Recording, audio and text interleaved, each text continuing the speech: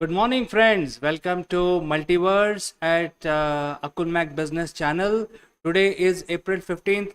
What is that we should discuss today? Let's find out. Well, today we are going to tell you 10 fun facts about Sun. And Sun, as you know, is our closest star. And this is something that is, we should also, all know about it.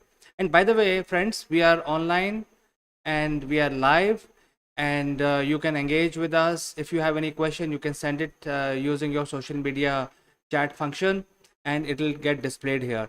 We will actually talk to you about all of those messages at the end of the program. So let's move on. So this is a star, this is a star, this is the closest star that we have.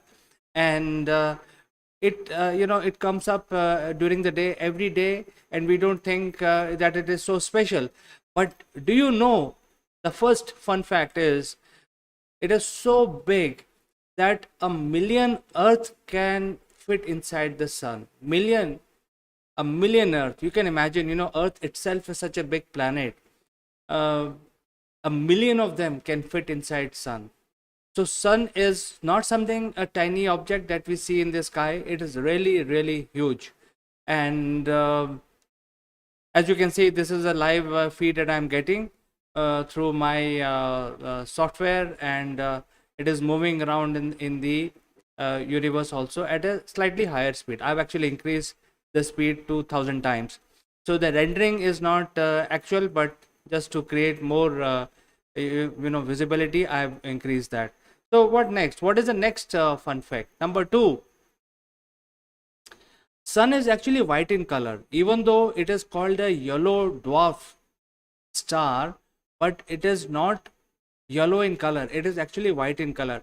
Why it is white in color? Simply because all wavelength of light, actually, when it reaches your eye or reaches Earth, they merge together. And once all the wavelength merge together, they become white. So when we look at sun, it is actually white in color, not yellow. Isn't it amazing to know that it is not yellow, it is white, even though it is called yellow dwarf? So what next? The fact number three, if you look at the solar system, is huge. It goes beyond Neptune and Pluto, and then keep going, and there are other objects also, and then there is a Oort cloud eventually, which is quite far. But considering all the material that is found in the solar system, still sun is so huge. It contains 99.886% of the material or the mass inside sun. So majority of the solar system's material is in sun. And if you look at the weight, that is why sun is in the center and everything else rotate around it, because sun is so heavy and it contains 99.86% of the material of the entire solar system inside sun. So it's huge. So what next? What is the next fact? Well, sun is a perfect sphere. I mean, if you look at the other planets, they are not perfect sphere. But sun is so huge, it has huge gravity, and the gravity pulls all the material inside sun closer. And that is why the sun is a perfect sphere. And like any other star, all stars are perfect spheres. So sun is also a perfect sphere, and it's completely round, and there's no deformation at all. It's even if there's deformation, it's very, very minuscule, but it is a complete sphere. And what next?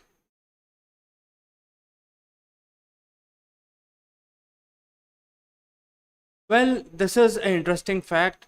The sun will shrink down to the size of Earth. It will shrink down a million times to the size of Earth. How that will happen? You see, sun has been basically shining for almost 4.5 billion now, 4.5 billion years, but eventually it will run out of its fuel, and it will go through its phases of basically dying, or the next phase of its life. And when the next phase of life happens for sun, it will become a red giant, and gradually it will lose the control on the outer layer of its material, of the outer layers, and then outer layers will just dissipate into universe, into space, and whatever remains is the hardened core, and that core will not be bigger than earth or slightly bigger than earth, and this kind of core is called white dwarf.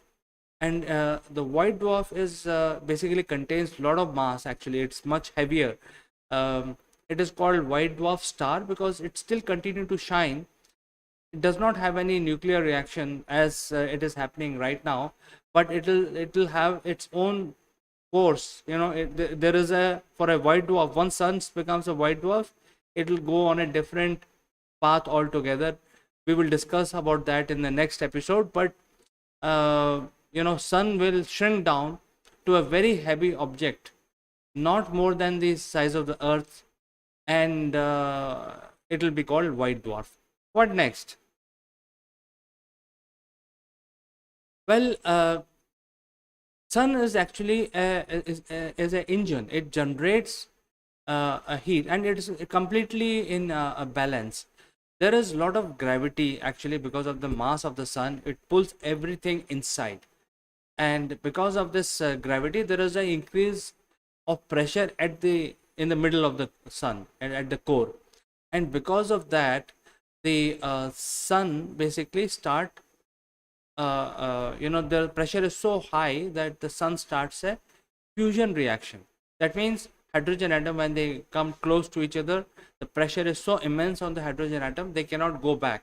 They just fuse and form a helium, and this reaction create a huge energy. That nuclear energy, this is a nuclear energy. It releases gamma rays and photons and all that, and this reaction keeps happening.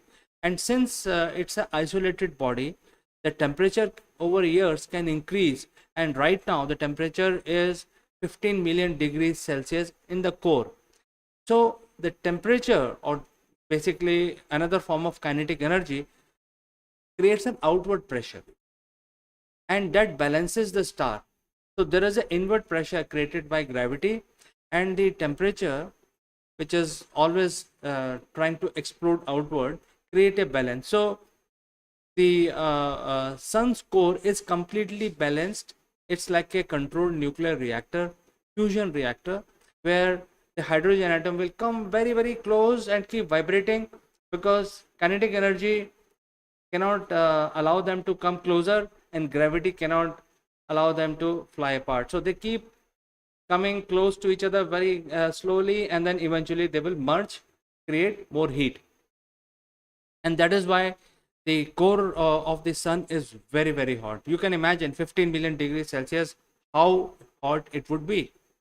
What next? Well, sun also travel through the galaxy.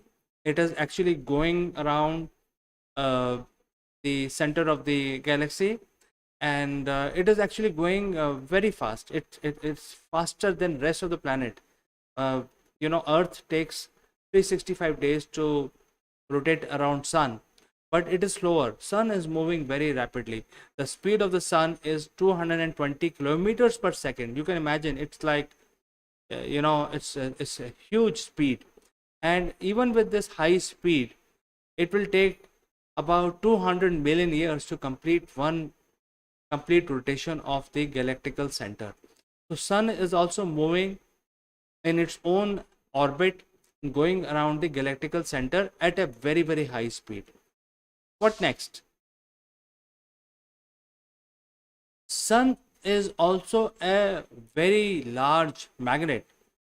The reaction or the heat inside, and since it is also rotating, that creates a convection current of the material inside the sun, and it is all made of plasma. So plasma basically react to this rotation, and because of that, there is a huge magnetic force created. So you can say that sun is a very large magnet. It generates the biggest amount of magnetism in the entire solar system. The effect of this magnetism can be felt even outside the solar system. So it's a huge magnet, and because of this magnetism, Sometimes the flares are also generated. It sends out the solar flares towards different planet, towards inner solar system, and it creates a pressure. It creates a sort of a storm. It creates a weather system in the solar system itself. It has its own weather system. So this magnetism, heat, um, and all these parameters of sun creates a huge magnetic field, and the materials are released all the time from sun, which are sometimes ions which are magnetic in nature because they will have only one pole, or sometimes the magnetic effect itself can be felt. And because of this, we have to be very careful. We have to keep monitoring sun, because uh, the during these magnetic storms, uh, the radiation can fry our satellites, our electronics, our cars, and today everything runs on electronics. So um, this this phenomena which sun produces can impact the electronics or our lifestyle which exist on earth. What next? As I said, sun is composed of hydrogen 70% and helium 28%. And the whole journey of sun is that it is basically going to convert hydrogen into helium. And once that hydrogen is converted into helium, the second layer of its second level of the fusion reaction will start, where helium will start combining and forming higher elements. So at this point in time, hydrogen, which is the most abundant material available in the entire universe, sun is also having a lot of hydrogen in it, and that is what drives its nuclear reaction, or the engine that it has. So it's basically very interesting. What next? Sun is a middle-aged star. It has already lived its life uh, about 4.5 billion years. Is a number. I mean, if you look at the journey of the sun, it is huge. I mean, in terms of human years, 4.5 billion years it has already lived, and it has reached its middle age. So that is why it is quite stable. You see, if when the star was young, it was actually uh, quite aggressive, and it was giving out a lot of flares and a lot of storms, and it was creating a lot of outward pressure because of the heat which was, and it was burning very brightly. Now the sun is kind of mellowed down, it is slowed down. It is not still very hot, still very energetic, but it is not as it was when the star was young. Now from here, sun still has about 5 to 6 billion years to live. So sun is a middle-aged star. You can say it has already reached is the in the middle ages, and it is mellowed down. And from here it will become older and older. What next? So this is all we have today. Some fun facts. Hope you liked, enjoyed, and send us your comment. But talking about comment, let's find out if we have received any comment from anyone. Well, I have received one comment from one of the viewer, Kanchan Verma, and she is enjoying this video, and she is watching us in Facebook, and she says that it's interesting to listen about sun. Of course, thank you, Kanchan, for your comment. Stay tuned for more fun fact about universe. And for today, I like to say goodbye, only to catch you in the next edition of Metaverse.